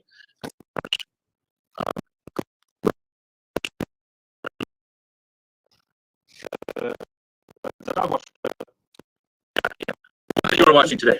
Versus Adam Brown, convicted of resisting arrest, having a gun, shooting at the cops, shooting a police dog, and now that Adam Brown will be probably convicted to a lot of. Good. All right. So, what is if you can talk about it, what is the next step for Zachariah's case? Hi, Lou. Well, we're raising money to potentially hire investigators to help dig up exculpatory evidence, and then we're trying to raise money to hire appellate lawyers because there's no question this is going to appeal. I mean, the state can't bring a nearly non-existent case of a tale of fabrication, and then convict somebody to life in prison on it. That's not how our justice system is supposed to work. And like we talked about, that should be a scary reality to every American citizen, or at least every Wisconsinite. Yeah, and I watched, before this, I watched the Alec Murdaugh trial, and you're like, that was that enough? And people are back and forth. And to me, I don't know. I would have a hard time convicting them on the evidence that they actually presented of the murder. You watch other cases, and you're like, yeah, this guy's clearly guilty. Your brother's case, it was just amazing to me that he got convicted. It was just, I was in shock. I was extremely nervous for him. When I just remember being very nervous and almost sweaty, waiting for the verdict myself, and because I really wanted it to be not guilty. I wanted the jury to see this, and it was really scary when he came back guilty on all counts. Now the stalking charges, whether or not they were truly afraid. Whether or not, the other thing is that you have to be afraid in the moment. You can't necessarily retrospectively be afraid. Right. She claims, I assumed he was tracking me. I assume he was doing this and that. And then when you go back and look at the evidence, say the computer, the laptop, right? The laptop showed that there was a tracking device on his phone that she had at the time. Okay, but that's after the fact. You're not scared then. That's sort of after the fact. I didn't even think there was enough for stalking, really, but I thought the jury might come back on what's called sort of a compromise verdict. Well, we can't all agree on the murder, but we'll find him on stalking. And that, I believe, would have been like a 3.5-year sentence. I think would have been the max for him on that. Which he's basically already served. So yeah. I was going to ask you, is there bond ordered at all or not? Well, not now, but was there bond? There was, yeah. So they originally arrested him on stalking, right? Because in Wisconsin, to my understanding, all it takes is a finger point accusation for the DA to be able to issue a search warrant to prove stalking. You don't have to have proof or probable cause to issue the search warrant other than a single person's accusation, which is a dangerous gray area of the interpretation of the law, to my understanding, and it's not something that is done very regularly. But the DA's office in Kenosha chose to use that as the fulcrum to try and execute the search warrant. So they did that. And you saw the pictures and the result of the search, but but it's still, where was I going with that statement? It still didn't add up in the end with Well, you said they originally charged him on stalking. I was asking you about bond. So he had bond on the stalking charge. So the bond order, which they originally set at like $35,000 for stalking, for a single count of stalking, as opposed to like just putting a do not contact order in place. Like you would normally have. They instead set a bond that was at a level of being interested in a missing person when they had no proof of him ever being involved in that, which was, Judge Schrader was talked into by DA Gravely, to my understanding. So the bond was set extra high, and then we were waiting for the other charges to drop, and then they raised it again. They raised it to like the 75,000 or whatever it was after the fact, and then they withheld charges in Ozaukee County for the extra acts evidence that they presented in court, like everybody saw. So then, as a family, we had to sit down and debate on whether or not, if we did make the bond and get him out for this, were they going to then charge him and then set another astronomical bond in Ozaukee County, just specifically to keep him in jail? And then would we be able to afford effective defense? And that was the debate in the family on how do we best allocate funds here? Yeah, no, that's always a tough balance. There's finite resources. One of the things, one of the concerning things, again, the presumption is innocent until proven guilty. And again, I think that there's that's actually reversed in reality, unfortunately. And then stacked on top of it is the unlimited resources that the state has to prosecute somebody, to investigate them, to get experts. And the defense, you get a court-appointed attorney, but you don't get money for experts. You don't get money for investigators. Even if you have a court-appointed attorney, you don't get money for all these other things you need for your defense. And then if you have money for those other things for your defense, then you probably don't qualify for a court-appointed attorney. Right. You just got to spend your money on the defense, so you're still kind of screwed. I'd really like to see an adjustment to the system where, I don't know if it'll ever happen, but where there's a budget and you can actually get funding from the state for experts. We have the right to a court-appointed attorney, but it doesn't do any good if you can't bring the evidence. And I don't see that ever happening because the state always wants to keep everything in their favor, so they're not going to change it. Interesting enough, I was reading in the State v. Denny case something lines of it would be fundamentally unfair to the state if the defendant was allowed to present evidence that some random third-party person was guilty of this. I'm like, really? That you're putting in there? Fundamentally unfair to the state? I feel like you got that backwards, courts. I feel like you really got that backwards. We have sentencing coming up. Is there any other motion hearings that you know of or anything going on? No, just the sentencing coming out on May 16th. I think there's at 1:20 in the afternoon, something like that. I think so. So, and then there's the appellate process. And then the question is, how to appeal, because I think there's two ways to approach the appeal, and that Zach really needs to decide how he's going to, or Zach and his lawyers will go through the best possible, appellate approach, because I believe you have to choose between two different ways to appeal the verdict. That's interesting. I'm a Michigan attorney, not a Wisconsin attorney, and we have one process. You file an appeal claiming all your appealable issues to the Court of Appeals, and then you get one essentially automatically, especially with these types of cases. And then if, depending on the outcome of that, then you can go to the or to the Supreme Court to ask for leave to appeal again if the first appeal isn't favorable to you. But the Supreme Court doesn't have to take your case. But there's really only one way to appeal in Michigan. I don't know of two ways in Wisconsin. That's interesting. There's like a direct appeal, and then there's a different classification. Okay. I'm not a lawyer, so I can't. Yeah, I'm not a Wisconsin lawyer. I don't know. It's interesting. Excuse us for our ignorance. I'm sure there's Wisconsin attorneys watching us saying, "It's this, damn it." Natalie Wisco to pop on and be like, "You guys are dumb. This is how it works." Exactly. So, well, again, I'm going to thank you for coming on. I think this should be kind of a scary wake-up call for everyone who's listening, that your brother got convicted on this sort of evidence. Sorry to interrupt you, before we say goodbye. There's one thing that occurred to me that really hit mainstream media that I don't think anybody addressed at all. Very specifically, this, right? Oh, yes. So let's talk about that. And I think that that it's really an important thing to talk about. I was in the courtroom that day with my future wife and my father. We're all sitting there, and I had personally looked over at the prosecution side of the gallery, and like I had mentioned earlier in the cast, Sadie specifically will sign and do things when speaking, and I saw her talking to the person behind her, because in the benches, right in the gallery, and I saw her signing, as she was talking with her hands, in full view of my niece. So I leaned over to my father and I said, like, we're not supposed to be communicating with the witness.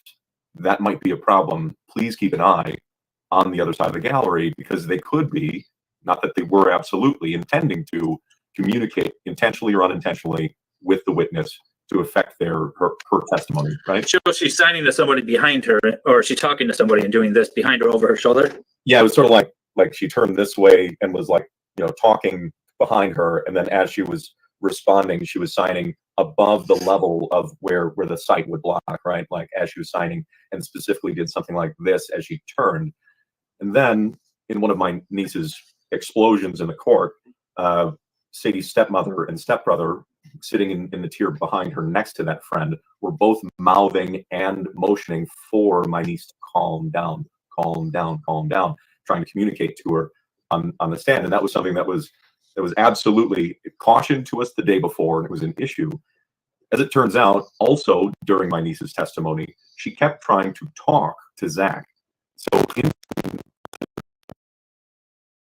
their notes about their next question, she would lean over and then try and mouth words to my brother sitting at the defense's table, and she did it repeatedly from when she first sat down, on the witness stand, all the way through her testimony up until really the last explosion when it all kind of fell apart, which you listened to, but that specific interaction was my brother telling her to knock it off, stop trying to talk to me. And that was an important distinction, because there were multiple witnesses that saw her doing that on the stand, right? Not that he was trying to shush her testimony. None of that ever happened. That was not what happened in the courtroom. Matter of factly, he had leaned over to try and speak to counsel about bringing attention to it, but nothing was said because it was mid-testimony or whatever the issue was. So he was just trying to be a dad. And you're like, you're misbehaving, knock it off. It's like talking in church. You're not supposed to do that. Quit it. And he did that when she was attempting to mouth towards Zach. Correct. Yeah, some sort of communication. When she was trying to communicate specifically to him, and I can't read lips, I'm not that good at it, but she was very specifically trying to mouth sentences to him. And at the same time, the reason why the judge threw the whole thing out when it was in court was that on the other side of the gallery, they were also trying to communicate to her while she was on the stand. So you had everyone trying to be a parent, everyone trying to communicate in some way, to calm this poor little girl down, or to tell her to stop misbehaving while on the stand. And that was very unfortunately misrepresented in the news media. Everyone painted my brother as this insane person trying to silence his daughter on the stand. And that hit like major TikTok screens and all kinds of stuff, which I would argue, if it's hitting like a major cycle of TikTok, and any one of those jurors has access to TikTok, then they have that headline of him shushing the jury, and that, or shushing the. Okay.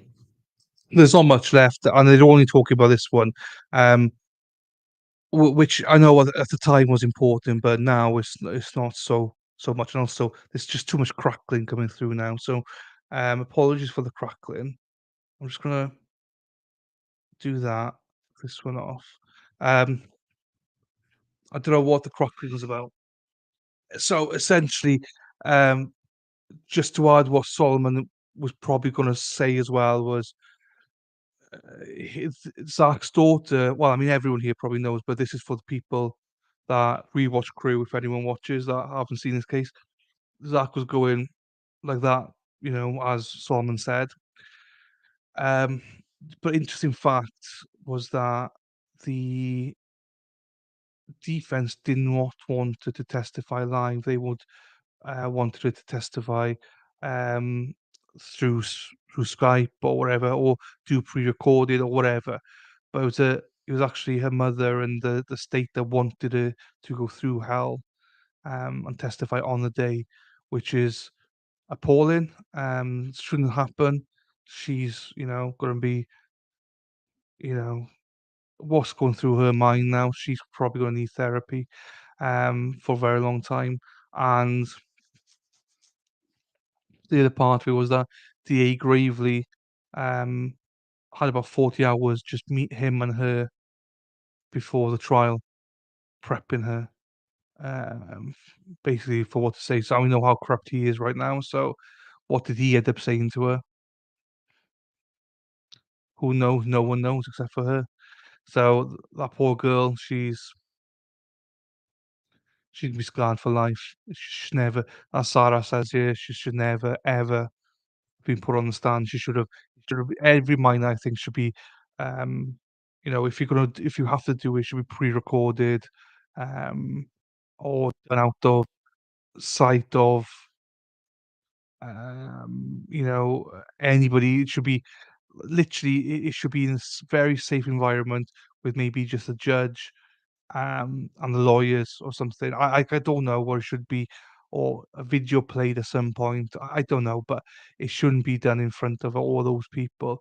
Not only would she be a wreck, she's also testifying essentially for what her mother and Gravely wants her to say, and against her own father. And she doesn't remember everything, as was said about the Levi's jeans and stuff. She said he never wore Levi's jeans, but on the day he was arrested, he was wearing Levi's jeans. So she should never been there and like that. If there has to be testimony from a minor, I believe it should be done in a safe environment behind closed doors. Um, and unrecorded. I don't mind it being recorded with, faces not shown and audio only showing. But that's how I think it should be, not in court. And even, I think we as society want to listen to what they have to say, um, and it might be important testimony. So, but we don't need to listen to it live. We can listen to a pre-recorded videotape, as in sound tape, rather than a video of seeing the person, and not even the audience need to see them. So then there's no dodgy dealings. Then you'd hope. So I'm gonna end that there for the video. We'll do another one at 4 o'clock Eastern. Um, I've made some notes already just because I'm not. I want to see if he covers them with the DUI guy. DUI guy is a month after the one with MLS Law. So things settle by then a little bit more. And I want to see if he covers some of the questions I have. Um, so many questions, but what I've got is like just reminded about the trial should be moved to another district, I believe, because the victim was a member of the court system. It still agitates me by the opening statements, lying about the bleach and stuff like that, and even the closing about, when he said was it something like when we found the dead body or something. Well, no body was ever found. Gravely, you lying dick. Um, DA should have been excused from the trial, in my opinion. Judge watching the YouTube streams really, was not happy with that. Um, no phone data extracted from Sadie or Michael Campbell. I didn't know that. Who is Michael Campbell? Why was he going to the dump in Illinois? Pinhead-sized DNA could have been got there many other ways. No cameras. Caught Zach driving to Kenosha. So far, those are some of the answers I don't have, which we might get this afternoon. This evening for me, it's 9 o'clock. It'll be on for me by 4 o'clock Eastern for you guys. And what I'll do then, I'll do another separate video summarizing some of the things I've just read out and see if they are answers, and just discuss it probably on my own and then post it afterwards. But thank you very much for being here, guys. I'm not going to keep you. I'm trying to do smaller streams, but Sarah's been here from the start, like a trooper she is. Thanks for popping in, Lou. Obviously, me and Lou we know what's happening hopefully next week, Lou, don't we? So been an interesting thing going on. We got my sister's here now, that's why. Good timing. My sister's here, and one of my other nieces who did not come with us today. So thank you very much, everyone that's been here and chatted. Amy, Young, she popped in as well. Thank you, Kim. Jody, obviously, thank you for coming. Come back if you feel up to it. If you don't, it's absolutely fine. Also, if you pop it, even if you pop in, say hello and leave, that's absolutely fine as well. Don't expect people to stay here. So, so thank you, guys. And with that, I will see you in 6, 7, 8, 9, 4 hours. Well, 3 hours and 55 minutes or something. Thank you very much. Hope you enjoyed that, and we'll see the next one. See you, have more discussion. But I really enjoyed your contributions along the way. So I think we learned a lot today. So with that, people on the rewatch, hopefully, happy birthday to Zach, and obviously, please give to the Give Send Go link at the top or in the description box if you can support Zach. Right, see you all in a few hours. Thanks, Sarah. Thank you, everyone. Take care. Ta-ra.